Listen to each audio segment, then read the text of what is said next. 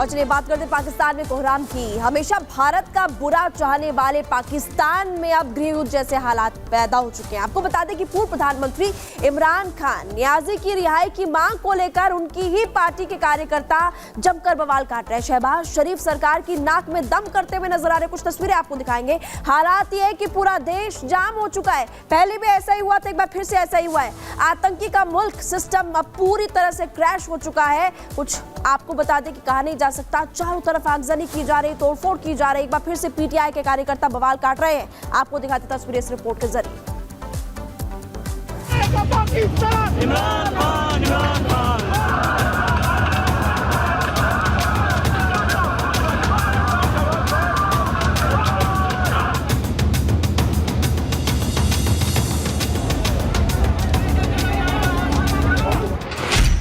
PTI पहुंची इस्लामाबाद। भीड़ देख हिल गए शहबाज।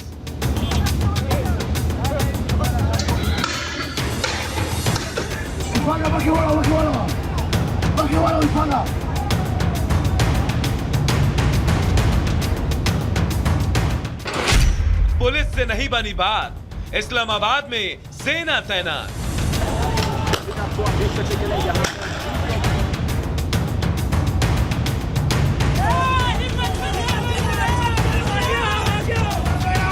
इस्लामाबाद में पीटीआई समर्थकों की बढ़ती भीड़ शहबाज सरकार के मन पर किसी पत्थर से कम नहीं। इस भीड़ को काबू करने के लिए शहबाज सरकार की अब तक की हर कोशिश नाकाम ही साबित होती रही।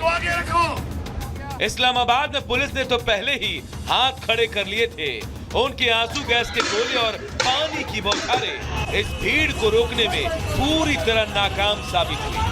आंसू गैस के धुएं से निपटने के लिए लोगों ने गैस मास्क और कपड़े का मास्क तक पहन लिया।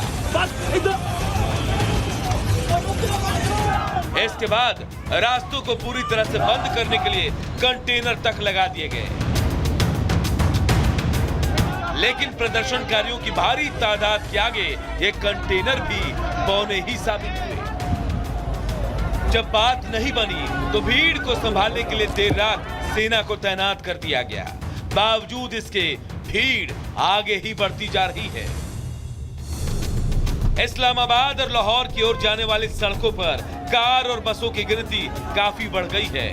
गाड़ियों में बड़ी संख्या में इमरान समर्थक अपने नेता के लिए नारेबाजी करते दिखाई दिए।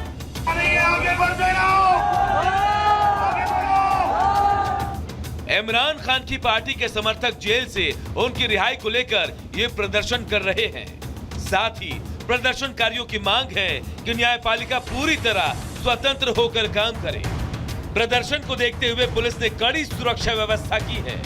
प्रदर्शनकारियों पर आंसू गैस के गोले दागे गए। सभी राजमार्गों को बंद कर दिया गया है। मोबाइल सेवाओं को भी निलंबित कर दिया गया है। पीटीआई समर्थकों ने आरोप लगाया है कि कुछ नेताओं को गिरफ्तार किया गया है। गिरफ्तार किए गए नेताओं में खैबर पख्तूनख्वा के मुख्यमंत्री अली अमीन गंदापुर भी शामिल है। पीटीआई समर्थकों का कहना है कि रेंजर्स ने जबरन घर में घुसकर अली अमीन को गिरफ्तार किया। यह गिरफ्तारी उस वक्त हुई जब वो अपनी पार्टी के विरोध प्रदर्शन का हिस्सा बनने के लिए राजधानी पहुंचे थे। पिछले 48 घंटे में 120 भगवान नेशनल ने जो पकड़े गए। पुलिस पे फायरिंग हुई है और आंसू गैस तो वो मुसलसल पुलिस वालों पे चला रहे थे। अब ये हम चेक कर रहे हैं कि उनके पास इतनी आंसू गैस कैसे आई और कैसे इस्तेमाल कर रहे थे। लेकिन उन्होंने पुलिस के ऊपर फायर भी किया। हमारा तकरीबन वहाँ पे 80 से 85 के करीब पुलिस वाले हैं जो जख्मी हैं। इमरान खान भले ही जेल में है, लेकिन शहबाज शरीफ के लिए अब भी बड़ी परेशानी बने हुए हैं। खासकर बीते 3 दिन में जिस तरह से पीटीआई समर्थकों ने इस्लामाबाद की घेराबंदी की है, वो बता रही है कि शहबाज की कुर्सी डगमगाने लगी है। और कौन जानता है कि इस भीड़ के बोझ से इस कुर्सी के पाए न जाने कब टूट जाएं। हम मुल्क बचाने निकले हैं, आओ हमारे साथ चलो। Bureau report, Republic Bharat. तो देखिए, शहबाज शरीफ की मुश्किलें बढ़ती हुई नजर आ रही हैं। ऐसा क्यों हो रहा है ये आपको बता दें कि आतंक परस्त पाकिस्तान में गृह युद्ध जैसे हालात इस समय हो गए हैं। पाकिस्तानी हुक्मरानों के खिलाफ बगावत जो है वो तेज हो गई है। वहां आवाम जो है बगावत कर रही है, विरोध की मार वहां पर सह रहे हैं शहबाज शरीफ। और पीटीआई के कार्यकर्ताओं का जोरदार प्रदर्शन वहां पर हो रहा है, जिसकी तस्वीरें आपको दिखाई थी। सड़कों पर इमरान खान की रिहाई की मांग की जा रही है। खैबर पख्तूनख्वा में विरोध पहले से ही जारी था और अब देखिए किस तरीके से सरकार के खिलाफ पीओके में भी नाराजगी जो है वो दिखाई दे रही है। तो ये आपको बता रहे हैं कि शहबाज पर मुसीबतों का बोझ है और कितना बोझ है।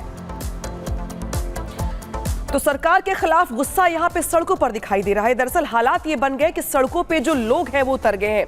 इसके अलावा अगर बात की जाए तो इमरान खान के जो समर्थक है वो यहाँ पे नारेबाजी कर रहे हैं, हंगामा कर रहे हैं, तोड़फोड़ कर रहे हैं और उनकी ओर से तमाम मांगों को लेकर यहाँ पे सड़कों पे उतर के बवाल किया जा रहा है। पूरी खबर दिखाते हैं रिपोर्ट में।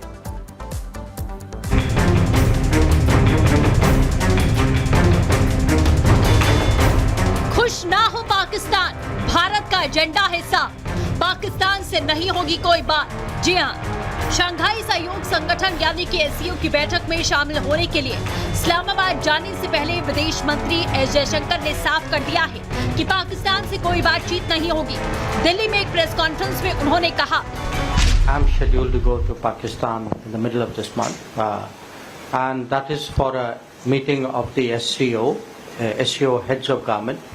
In line with the tradition, it so happens that the meeting is taking place in Pakistan because, like us, they are a relatively recent member. But I do want to say it will be for a multilateral event. I mean, I'm not going there to discuss India-Pakistan relations.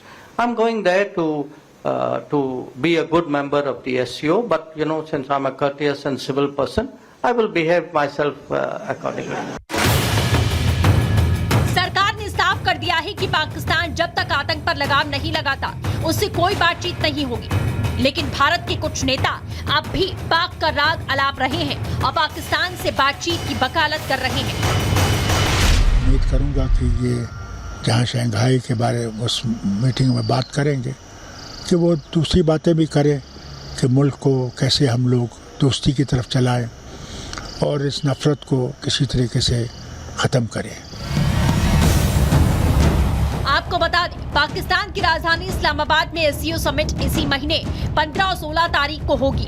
SCO summit की इस बैठक में भारत, पाकिस्तान के अलावा चीन, रूस, Kazakhstan, Kyrgyzstan, Tajikistan, Uzbekistan के नेता शामिल होंगे।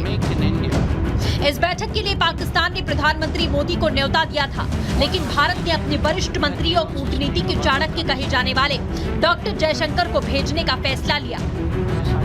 एससीओ का मंच पूरी तरह से इंटरनेशनल होगा, जिस पर दुनिया के बड़े देशों की निगाहें होंगी। माना जा रहा है कि इस मंच पर भारत पाकिस्तान के आतंकी करतूतों का भंडाफोड़ करेगा।